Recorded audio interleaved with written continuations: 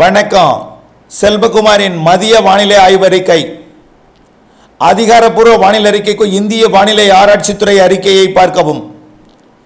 2024 September 14 சனிக்கிழமை மதிய ஆய்வறிக்கை. வானிலை அமைப்பு எதிர்பார்த்தது போலவே டெல்லி மற்றும் உத்தரகாண்ட் பகுதியில் கனமழை. போக்குவரத்தை பாதிக்கும் அளவை விட கூடுதலான மழைப்பொழிவு டெல்லியில் தொடர்கிறது. உத்தரகாண்டில் அடுத்த நிகழ்வு மேற்கு வங்கம் வழியாக பீகார், ஜார்க்கண்ட், சத்தீஸ்கர் வடக்கு பகுதி வழியாக உத்தரப்பிரதேசம், மத்திய பிரதேசம் வழியாக மேற்கு நோக்கி நகர இருக்கிறது. இந்த இரண்டு நிகழ்வும் வடக்கே இருக்கிற காரணத்தினால தென்மேற்கு பருவக்காற்று திசை மாறி இருக்கிறது. தமிழ்நாட்டில் வெப்பம் மிகுந்து காணப்படுகிறது. அதாவது சூரியனின் குத்துக்கதிர் செப்டம்பர் மாதம் 21 நிலநடுக்கோட்டை அடையும். வடக்கே சென்று தமிழ்நாடு வழியே தான் ஆகஸ்டில் பயணித்தது. ஆகஸ்ட் 31 குமரிக்கடலை இறங்கி செப்டம்பர் 21 வரை குமரிக்கடலில் பயணித்து நிலநடுக்கோட்டை நோக்கி நகர்ந்து நிலநடுக்கோட்டை அடைய இருக்கிறது செப்டம்பர் 21. இதன் காரணமாகவும் தென்மேற்கு பருவக்காற்று வழக்கமாக இந்த காலத்தில் ஒரு கோடை மாதிரி தான் இருக்கும். தென்மேற்கு பருவக்காற்று இருந்தால் குளிர்ந்த சீதோஷன் நிலவும்.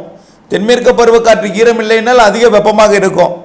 ஆக தென்மேற்கு பருவக்காற்று நுழையாத காரணத்தினால கடுமையான ஒரு வெப்பம்.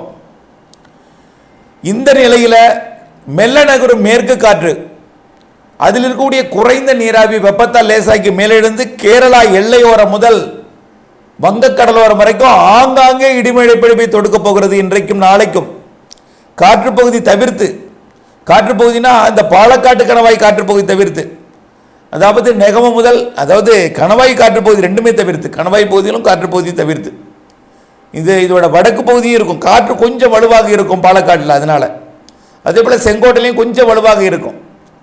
இதனால் அந்த ரெண்டு இடம் தவிர அது மணப்பாறைக்கு கிழக்கே, திண்டுக்கல் மாவட்டம் தெற்கு பகுதி, திருச்சி மாவட்டம் வடக்கு பகுதி, இதெல்லாம் ஈரோடு மாவட்டம் வடக்கு பகுதி, கோயம்புத்தூர் வடக்கு, நீலகிரி மாவட்டம், நீலகிரி மாவட்டத்தில் கோடநாடு, கோத்தகிரி உட்பட,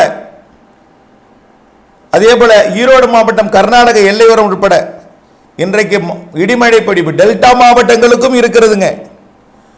உறுதியாக சொல்ல போனால் எங்கெங்கெல்லாம் இருக்கும்னு இன்றைக்கு பார்த்தீங்கன்னா, ஒட்டுமொத்த மேற்கு தொடர்ச்சி மலையில் மதியத்தில் ஆங்காங்கே தொடங்கும். கொடைக்கானல் மலையில் இருக்கும் கண்டிப்பா.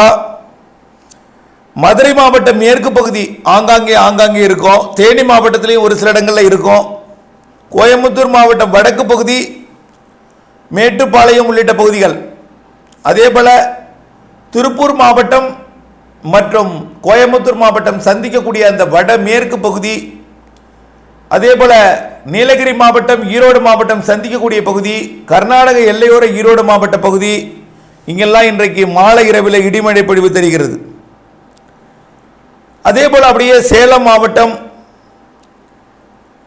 அப்படியே கிருஷ்ணகிரி, தருமபுரி மாவட்டத்தோட கிழக்கு பகுதி, கல்வராயன் மலைப்பகுதி, ஊத்தங்கரை பகுதி, அப்படியே அதனை ஒட்டியுள்ள சேலம் மாவட்டத்தோட கிழக்கு பகுதி, வாழப்பாடி, ஆத்தூர், ஏற்காடு, சேலத்திற்கே இன்றைக்கு வாய்ப்பு இருக்கு. சேலம், தம்மம்பட்டி மலைப்பகுதிகள் எல்லாம் வெப்பத்தால் லேசாக்கி மேலெழுந்து, அதாவது இப்போ என்னன்னா வடமேற்கிலிருந்து கர்நாடக பகுதியிலிருந்து வெப்பத்தால் லேசாக்கி மேலெழுந்து வருது, மேற்கிலிருந்து வருது. ஆனால் வடமேற்கு காற்று வலுவாக இருக்கிறது மேற்கு காற்றை விட. இதனால வடமேற்கிலிருந்து வருவதை மேற்கு காற்று குளிர்வித்து கர்நாடக எல்லையோரம், ஆந்திர எல்லையோரம் கூட இருக்காது. கர்நாடக எல்லையோரத்தில், ஆந்திர எல்லையோரம் ஏன் இருக்காதுன்னா கிழக்கு காற்று அந்த இடத்துல இல்லை.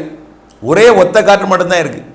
மேற்கிலிருந்து மைசூரிலிருந்து வரக்கூடிய காற்று, அப்படியே பெங்களூருக்கு வடக்கிலிருந்து வரக்கூடிய காற்று ரெண்டும் சந்திக்கும் இடம் கிருஷ்ணகிரி, தருமபுரி மாவட்ட கிழக்கு பகுதி. அதிலே இருந்து அப்படியே திருவண்ணாமலை, கள்ளக்குறிச்சி, விழுப்புரம், அந்த திருவள்ளூர், சென்னைக்கு கொஞ்சம் வாய்ப்பு குறைவாக தெரியுது. ஏன்னா அங்கிருந்து வடமேற்கிலிருந்து ஆந்திர திருப்பதி பகுதியிலிருந்து வரக்கூடிய அந்த வெப்பத்தால் லேசாகி வரக்கூடிய காற்று மட்டும்தான் இருக்கும். கொஞ்சம் வெப்பமாக இருக்கும், அவ்வளோதான். கடற்காற்று கூட அந்த இடத்துல நுழைவதற்கு தாமதம் ஏற்படும். இருந்தாலும் அதுக்குள்ளே அது கடலுக்குள்ளே போயிடும். செங்கல்பட்டுக்கு தெற்கே விழுப்புரம், திருவண்ணாமலை, கள்ளக்குறிச்சி, அப்படியே கடலூர், கடலூர் மாவட்ட உள்பகுதி வாய்ப்பு கூடுதல், அரியலூர் பெரம்பலூர் வாய்ப்பு உண்டு, திருச்சி வடக்கு டெல்டா மாவட்டங்கள் ஆங்காங்கே, கோடியக்கரை முனைக்கு கூட வாய்ப்பு இருக்குங்க. கோடியக்கரை முனை அமைஞ்சிட்டாலே அப்போ டெல்டாவில் கொஞ்சம் கூடுதல் பரப்பில் மழை வாய்ப்பு தெரியுது. நள்ளிரவுக்கு பின் அதிகாலையில் கோடியக்கரை முனை வரைக்கும் மழை வாய்ப்பு தெரியுது. இன்னைக்கு இல்லைன்னா கூட நாளைக்கு உண்டு. இன்றைக்கு நள்ளிரவு நாளை அதிகாலை வாய்ப்பு இருக்கு. ஒருவேளை இன்றைக்கு நள்ளிரவு நாளை அதிகாலை இல்லைன்னா நாளை இரவு நாளை மறுதினம் ஞாயிறு இரவு திங்கள் அதிகாலையில் வாய்ப்பு தெரியுது. அப்போ டெல்டா மாவட்டங்களுக்கு 2 நாளில் ஒரு நாள் ஆங்காங்கே மழை இருக்கு. விதைத்திருப்பவர்களுக்கு ஒரு பலன் அளிக்கக்கூடிய வகையில் ஒதுக்கி இருக்கும். எல்லாருக்கும் பலன் கொடுக்காது, ஆங்காங்கே கொடுக்கும் மழை. இடி மின்னல் அதிகமாக இருக்கும்.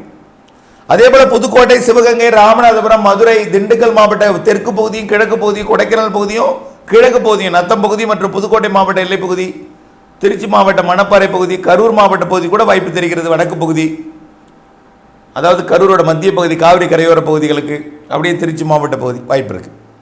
டெல்டா மாவட்டங்களுக்கு சொல்லி அடுத்து தூத்துக்குடி மாவட்டத்தில் ஒரு சில இடங்களில் வாய்ப்பு இருக்கு.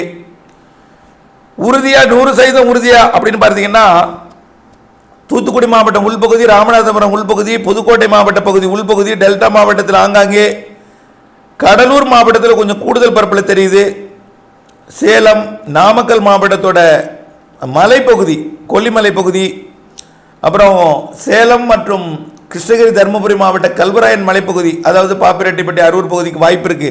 வாய்ப்பு ஊர் பேர் வச்சணும்னா அங்கே பெய்யணும் உறுதியாக நம்பிடக்கூடாது, வாய்ப்பு இருக்கு.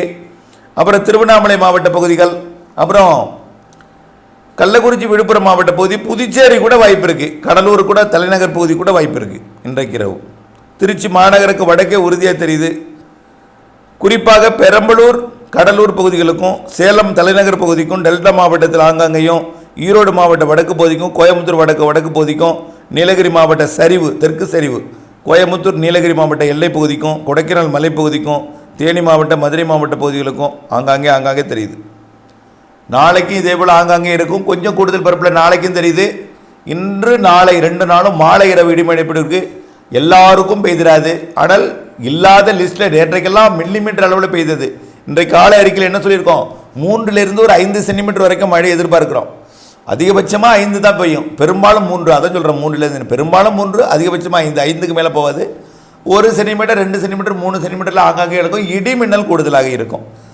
மாலை ஆங்காங்கே தொடங்கும். இரவு நள்ளிரவு அதிகாலை வரைக்கும் ஆங்காங்கே பெய்யும். மீண்டும் நாளை மதியம், மாலை இரவு, மதியம் மேற்கே தொடங்கும், மாலை இரவு உள்ளே வரும், நள்ளிரவு அதிகாலை வரைக்கும் கடலோரம் ஆங்காங்கே இருக்கும். 2 நாளைக்கு தான்.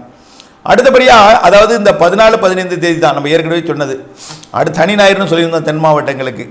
அடுத்தபடியாக பார்த்தீங்கன்னா 21, 22 வங்கக்கடலில் வளிமண்டல சுழற்சி உருவாக போகுது. ஆந்திர கரையோரத்திற்கு அப்பால், அந்தமானுக்கும் ஆந்திராவிற்கும் இடையே. இதனால் என்ன ஆகுதுன்னா, வடமேற்கு வெப்பக்காற்று தமிழ்நாட்டில் வரும், குளிர்விக்கும் காற்று மேற்கிலிருந்து வரும். இதனால் கொஞ்சம் வெப்பச்சலன இடிமழை பொழிவு 27ஆம் தேதி வரைக்கும் ஆங்காங்கே இருக்கும்.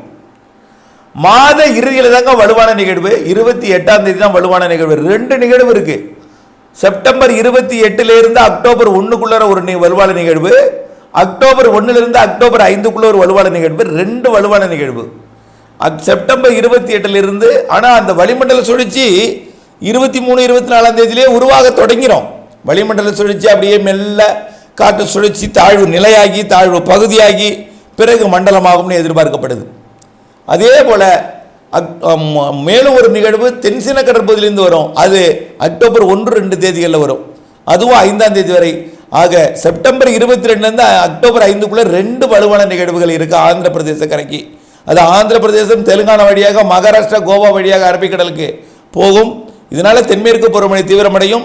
தமிழ்நாட்டின் கடலோர மாவட்டங்களில் இந்த மாத 22, 23 ஆங்காங்கே இடிமழை பொழிவு கிடைக்கும். இறுதியில் வலுவான மழைப்பொழிவு வங்கக்கடலோரம் கிடைக்கும். பிறகு படிப்படியாக மழைப்பொழிவு அதிகரிக்கும். ஒட்டுமொத்த தமிழ்நாடு, புதுச்சேரி, காரைக்கால், தென்மேற்கு பருவமழை பெய்யக்கூடிய கேரளா, கர்நாடகா, ஆந்திர பிரதேசம், மகாராஷ்டிரா எல்லாமே, தெலுங்கானா எல்லாமே வரக்கூடிய செப்டம்பர் இறுதி, அக்டோபர் முற்பகுதி நிகழ்வில் நல்ல மழைப்பொழிவை கொடுக்கும். அடுத்த நிகழ்வு அதாவது வங்கக்கடலுக்கு அக்டோபர் 5 இது விலகிய பிறகு அக்டோபர் 5 அந்தமான் கடற்பகுதிக்கு புதிதாக ஒன்று வந்து அக்டோபர் 10 மழைப்பொழிவை தொடக்கும். அது 14 வரை 2 சுற்று அடுத்தடுத்த 2 நிகழ்வுகள் செப்டம்பர் இறுதி, அக்டோபர் முதல் வாரத்தில். அக்டோபர் 10லிருந்து 14 ஒரு நிகழ்வு, 3 நிகழ்வுகள் இருக்கிறது தென்மேற்கு பருவமழையிலேயே. தென்மேற்கு பருவமழை 15, 16 பின்வாங்கிய பிறகு 15, 16 வளிமண்டல சுழற்சி அமைந்து பிறகு வடகிழக்கு பருவமழை 17, 18 அக்டோபர் 17, 18 தொடங்கும்னு ஏற்கனவே சொல்லியிருக்கோம். ஏற்கனவே நீண்டகால அறிக்கையும் சொல்லியிருக்கிறோம். வடகிழக்கு பருவமழை இப்போ இருக்கிற வானிலை அமைப்போடு இப்படியே இருந்தால் கூட வடகிழக்கு பருவமழை காலத்தில் சராசரிக்கு கூடுதல் மழை தான். இதை விட கூடுதல் வலிமை பெறவே வாய்ப்பு இருக்கிறது. கண்டிப்பாக சராசரிக்கு கூடுதல் மழை அனைத்து மாவட்டங்களுக்கு உண்டு. கேரளாவிற்குமே வடகிழக்கு பருவமழை பெய்ய போகிறது, கர்நாடகாவிற்கும் பெய்ய போகிறது, ஆந்திரா வடகிழக்கு மாநிலங்கள் தொடங்கி கன்னியாகுமரி வரைக்கும். ஆனால் தென் மாவட்டங்களுக்கு தமிழ்நாட்டில் டிசம்பரில் தான் கொஞ்சம் பிக்கப் ஆகும். தொடக்கம் வடகடலோரம் வடவுள் மாவட்டங்களில் இருக்கும், ஆந்திர பகுதியில் இருக்கும், அப்புறம் மத்திய மாவட்டங்கள் இருக்கும், அப்புறம் தென் மாவட்டங்கள் வரும் என்பதையும் புரிந்து கொள்ள வேண்டும். ஆனால் ஒவ்வொரு நிகழ்வும் இடைவெளி இருக்கும். இடைவெளியில் வலுவான நிகழ்வாக வரும். இடைவெளி கொடுத்து வரும்பொழுது வலுவான நிகழ்வாக வரும். நிகழ்வு எங்கே இருகாற்று இணைவை ஏற்படுத்துகிறதோ அங்கே தான் அதிக மழை பிடிப்பை கொடுக்கும். ஒவ்வொரு நிகழ்வும் வெவ்வேறு இடத்துல இருகாற்று இணைவை ஏற்படுத்தும். ஒவ்வொரு நிகழ்வும் வெவ்வேறு மாவட்டங்களுக்கு மழை பிடிப்பை கொடுக்கும். ஒட்டுமொத்தமாக ஒரு நிகழ்வு எல்லா மாவட்டங்களுக்கும் ஒரே மாதிரியான மழை பிடிப்பை கொடுக்காது. இதெல்லாம் நம்மளுக்கு அடிப்படையாக புரிந்து கொள்ள வேண்டும் என்பதையும், ஒட்டுமொத்தமாக வடகிழக்கு பருவமழை நிறைவடையும் போது சராசரிக்கு மிகுதி என்ற அளவில் விட்டு செல்லும். கண்டிப்பாக தொடர்ந்து வானிலை ஆய்வறை கூட இணைந்திருங்கள். மாறுதலிருந்து திட்டமிட்ட பணி செய்து லாபமடைய அன்போடு கேட்டுக்கொள்கிறேன். நன்றி.